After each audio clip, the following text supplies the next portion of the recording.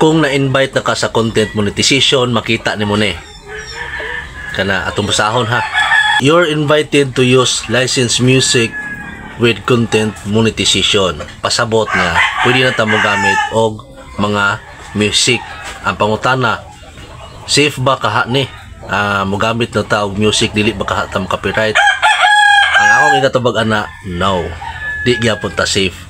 Ang i-provide nga pwede na ta nga mo gamit og music by kay kanang kuan kani ako ipakita niyo sa reels ha. Kani una, mag-upload ka og video para sa imong reels. I-tap nimo ang add music, yung mupili na kadiha. Diba mao ni music nga ato makita dayon. Sa wala pa ta ma-invite sa content monetization, dili gini sila makita kani.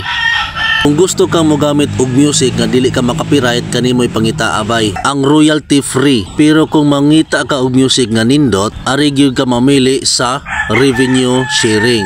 Masabot nga magtunga mong duha kung pilay kitaon sa imong video. Ikaw, unsa man imong ganahan, kanang nakay katunga sa imuhang kitaon sa imong video or wala?